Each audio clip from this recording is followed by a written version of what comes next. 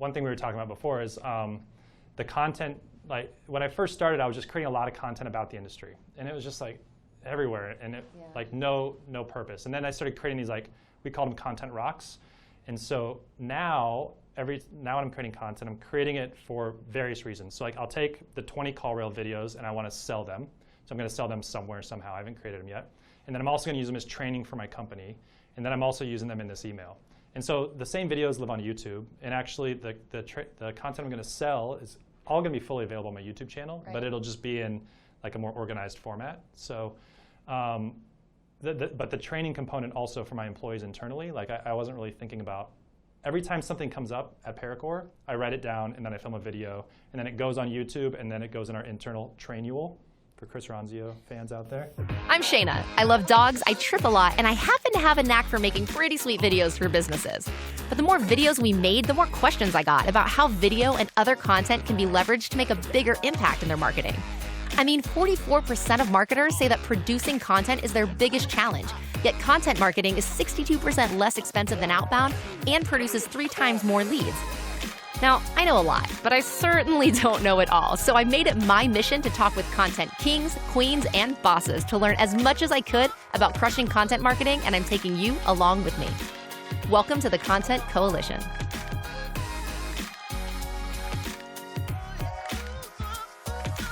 Hey guys, welcome to another episode of the Content Coalition. Today I am here with Adam Arkfeld of ParaCore. They are a PPC firm here in Phoenix, Arizona. You guys are in Chandler now, right? Chandler, Tempe? Phoenix. Now? Oh, it is Phoenix. Yeah, technically Phoenix. Technically Phoenix, yeah. Arizona. And we're going to talk about rocking some content. It's like so I don't know what to do with my mug.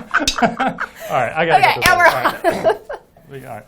If you want to redo the intro, we can. No, I love that. All I right, think that's great. perfect. There's nothing about that I want to change.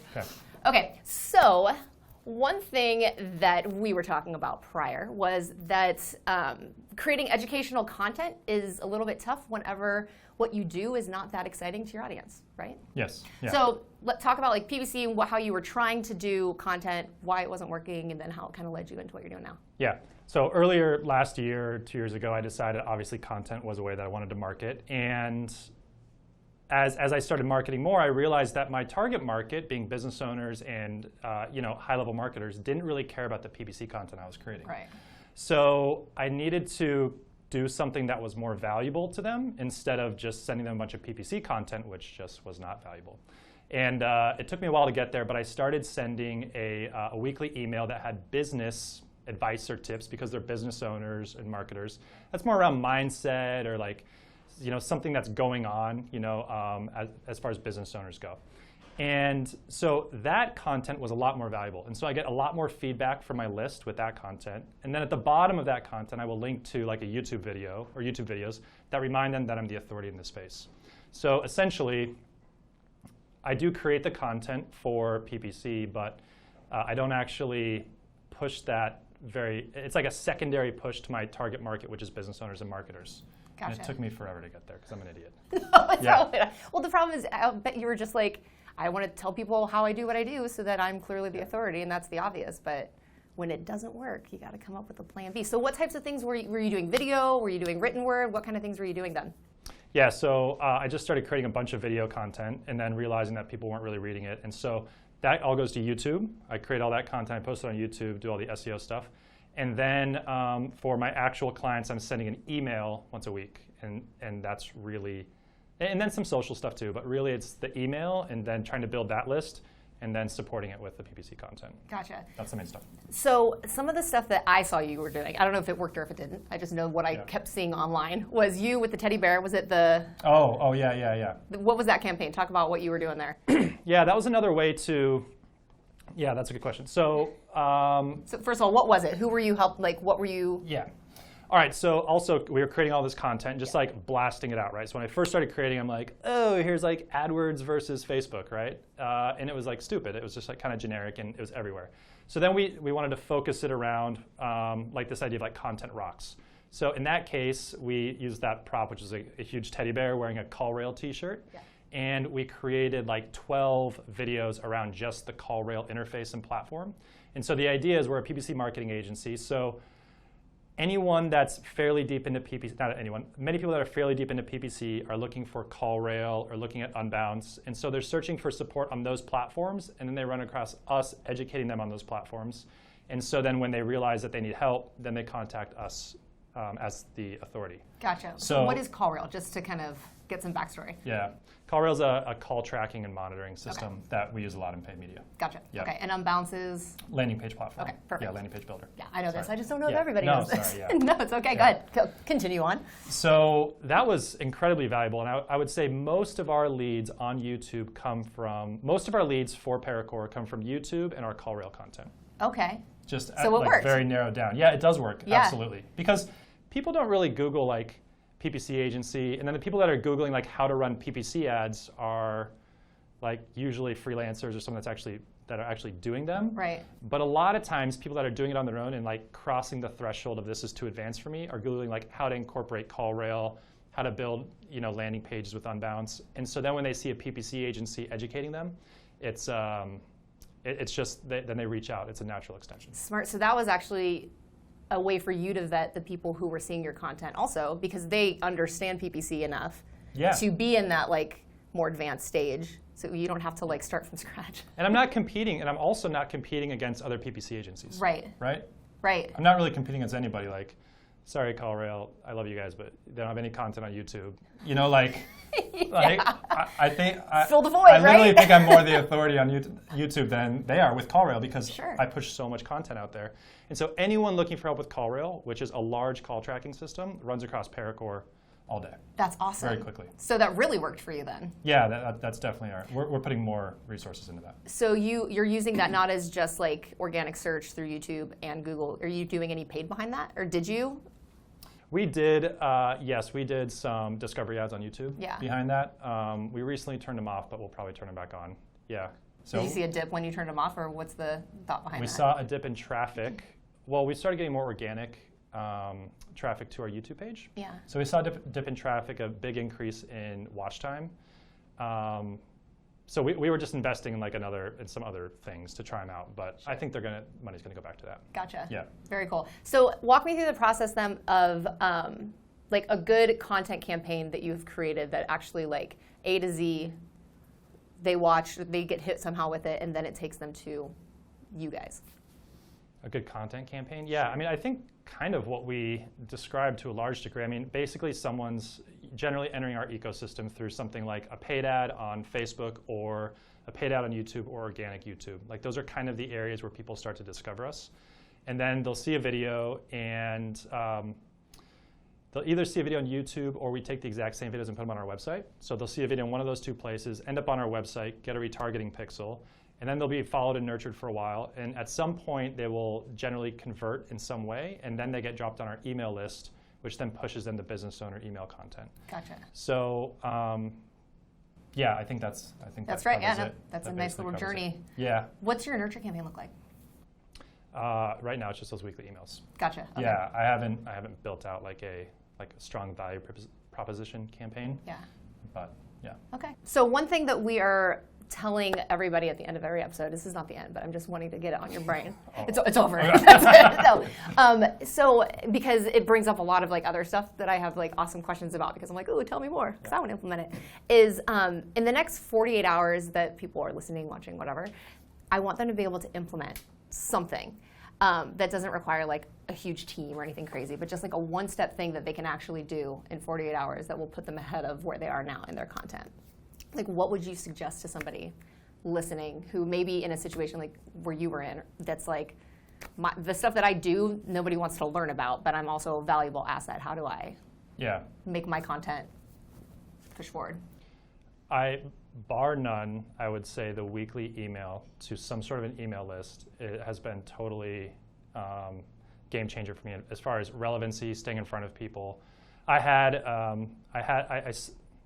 got an email the other day that one of my emails that I had sent out was forwarded to another group of entrepreneurs that I knew, and then they forwarded an email to me saying like, oh, I didn't know you were such a badass. Like, like kind of sarcastic like that. And that's not the point. The point is that I sent an email out that was shareable enough because it was business strategy. It has nothing to do with PPC.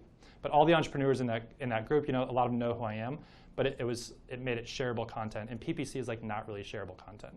So I would say the email list, if you have any sort of list or can build any sort of, mine's only 900 people. It's not like you need 20,000. Right. Now my next step is, how do I grow that list as much as possible? Because now I have a relationship with those people every single week. Right. I can ask them to give me feedback, and they most likely will. It has to be every single week. Okay. How are you going to be building your list moving forward? Like, what's the game plan on that? Yeah, I don't have an incredibly defined game plan. Sure. But it's probably going to be some aspect of, I don't think I'll buy or scrape a list, which I've done with another business. It'll probably be some type of Facebook lead ads, I would guess, because they're super cheap. Or, just like some sort of downloadable asset.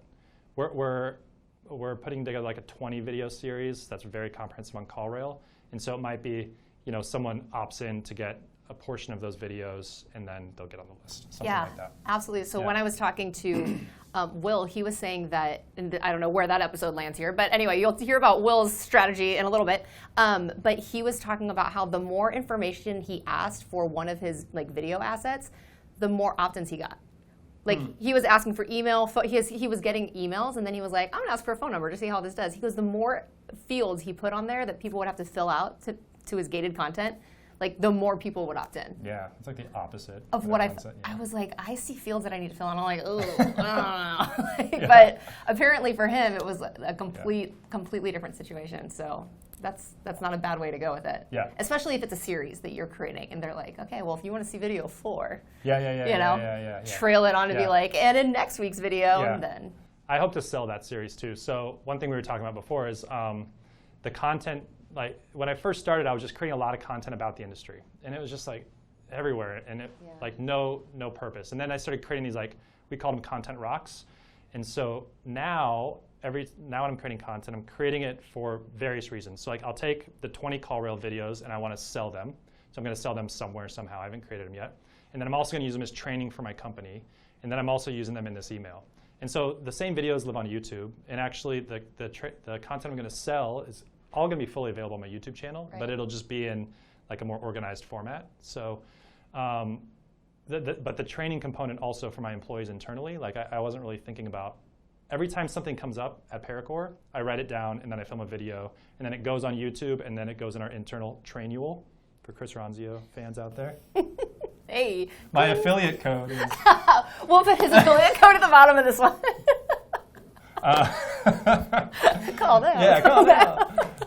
No, but we do. We feed it in a Trainual, and then anyone that's onboarding has all these videos. Yeah. So they don't have to go to my YouTube channel and try and figure out the resources. And then long-term vision, I might sell access to that sort of a resource. Yeah. I was just thinking that. Yeah. So they can go through the training themselves that you've already created. Yeah. Smart. I talked to Veronique about that. So when you do your podcast on Monday, tell her she has to buy it. Everybody's going to be like, Trainual. Yeah. It's going to be the Trainual podcast by the time we're done. Yeah. Right on. That's awesome. I love that. Yeah. Very cool.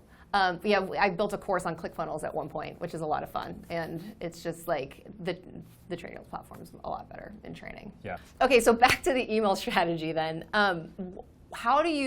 What's your formula to create an email that's impactful and that people are actually sharing, let alone something that people open? You know what I mean? Yeah. Yeah. The last email that I wrote was just very shareable content because it's kind of unique. In that email, I've read 30 minutes a day for the last 3.5 years. And so it was about that ends up being 36 books a year, some 8,000 pages. But this year I stopped doing that. I'm transitioning into a new routine with Wake Up Warrior or whatever. So it was all about the idea of out with the old, in with the new, what got you here won't get you there. And I was sacrificing other parts of my life. So that was just a very personal experience that just happened to be transitioning at that time. And so I found that if I share something that's really personal, that lends itself to a business mindset, I can't tell you how many times I'm with my 3-year-old and I'm like, oh my God, this is something that she's doing reminds me of work or business or employees or something. I don't know. Yeah. But your 3-year-old reminds you of your employees. Yeah, they're all sitting out there. Sorry. No. But so I think for me, my entire purpose behind that content is to provide value to other business owners, and I think a lot of what and we've interacted on social about this, is that you get the highlight reel on social media, which is so annoying. Yeah. I mean, it's great. I want to celebrate successes with my entrepreneur friends. Right. But like if something's going poorly with me, like I feel like shit. And it's like, even when I know that I'm like doing the work and doing the right thing. Yeah. So a lot of the content that I share is around like mindset or like, you know, just something about like challenges or whatever, but more personal stuff and more like if someone says to me, I would have never written that in an email, I feel like I've won. Yeah. You know, like that feels like a win to me. That to me is probably one of the biggest battles that I face is just being actually like really transparent about, especially struggles. Like you can be transparent, like you said, about the awesome stuff, you know, or the goofy stuff, but like to actually share like struggles and personal stories that can, because the stuff that we all go through is stuff that other people go through. So like to hide it and pretend it doesn't happen is ridiculous. So and like he was saying, he had a couple of posts about like business stuff that were not exactly successes, they were failures. And when I saw it on my feed, I was like, nobody does this. This is amazing. And it was like, I was like, that's shitty, and I'm so sorry. But also, thank you so much because like it was just so. I was having a rough week. I remember because I was just like, it was the first time I went on social media for like a half a second, and I was like, wow, that's like I'm not the only one. And like it also had like a positive upswing, you know, in it. Like, hey, I'm just sharing to share, and it was just really helpful to me in my life. So I can't but even there wasn't really imagine. anything positive coming out of that post, though. I think it the positivity was like, hey, I'm just being. Yeah, in the end real. I said, if you're having a hard time, I'm right there next to you. But like, it was a shitty post. That was like, yeah, you're right. Yeah. No, but that's like the thing. Like, Yeah. why do you need to like put a lipstick on a pig? Like, it was a shitty post, and so for me, I think that's like valuable. Yeah. And so what I've done, Shitty posts are valuable. Yeah, we're gonna like, put that on. That's gonna be on the quote card for this episode. Yeah. So I'll take my email content and then I might repurpose it into social. Yeah. So like I'll have one topic for the week. And then that's also been helpful, like conceptually, to not get too many like messages going out all at the same time. Yeah. Like as far as my writing and things like that, that's been helpful too. How much time do you spend a week writing content? Personally, not like a copywriter. Like writing or just producing content? Well, let's say like writing for videos. emails, because if you're saying that like the stories that you create for your emails are something that you then kind of put to social, like how much time do you spend on just your weekly email? Yeah, weekly email start to finish is 45 minutes. Wow. And that's faster for me. Yeah. Like it used to take longer. Yeah. It's a 45-minute email. I mean, it's like heavy content. And then the social posts for me with images and writing the post, they're probably 30 minutes a post. Nice. That's awesome. Yeah, because to get a good image and write a interesting post, it takes a while. I know, right? Yeah. Yeah. So, but I was only doing like 2 posts a week that were like that. And, but then video, we do a lot more. So. Have you tested length of emails? Like how long are your emails generally? I don't know the exact number of words, but my guess is that they're kind of like a very short blog. I bet they're 600 words. Okay. Maybe 500 Great. words, 600 words. Yeah, I struggle with that too because it's like if it's too short, are you not giving enough? If it's too long, is anybody going to pay attention for that long? So yeah, if I think it's Seth working for Godin you. like sends like a really really short one every day or something. Yeah. And it's just like thought provoking, but I don't do that. I can't. Okay, I can't. There's also the story aspect. Like there's context and like Right. you know I want people to. And my clients get it, so they get to know me better as the owner. I don't even talk to most of my clients, but they know who I am then. Yeah. And I'm just always there. Well, that puts And I want that relationship. That puts humanism to your business, and that's literally what everybody is saying in their content. It's like have a story and be human because people want to do business with people. Yeah. So, wow, that's awesome. I did not know that. I like that. I'll get you on the list. Why am I not on your Oh, if anybody wants to be on the list, yeah, where can they opt in? sign up for Trainual, then sign up for my list. Yeah, it's gonna be good. No, seriously, where can they sign up for your email list though? I want your stories. I don't have a link right now. It's clients. And if you go to the ParaCore website and you fill out the contact form, that's how you get on the list right now. Okay. But I don't have like a legit. And by the time we go live with this, there will be a link in the show notes that you can go and get opted into this amazing email list that I'm very excited to read and share. Well, is there anything else that you wanted to share with the whole wide world? Because the world is watching. The world is watching. No, those are.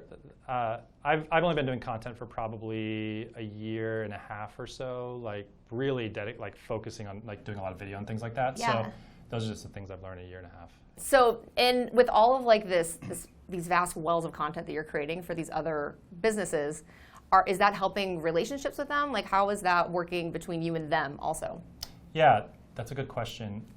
When we created this series originally, we actually reached out to the company and said, hey, we're doing this thing. Do you want to be on it like as a webinar? And so that got us connected with the companies. And Unbound's did it. I don't remember what happened with CallRail. It didn't happen for some reason. Or we didn't ask them, I don't remember. But as we did more of the videos for the different platforms, now we just have a pretty good working relationship with them. So we write blogs. We're like for CallRail, we're part of their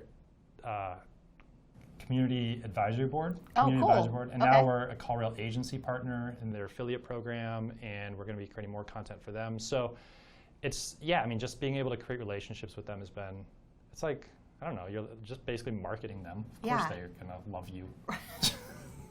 Like, don't market our stuff. Like Chris Ronzio. Yeah, like Chris Ronzio and Trainual. I should do a Trainual series. You should. Yeah. You just should. Just start building big business off of this deal. Off other people. Yeah, not have any of my own stuff. Well, it's working, so. Yeah, but that's been really good, too.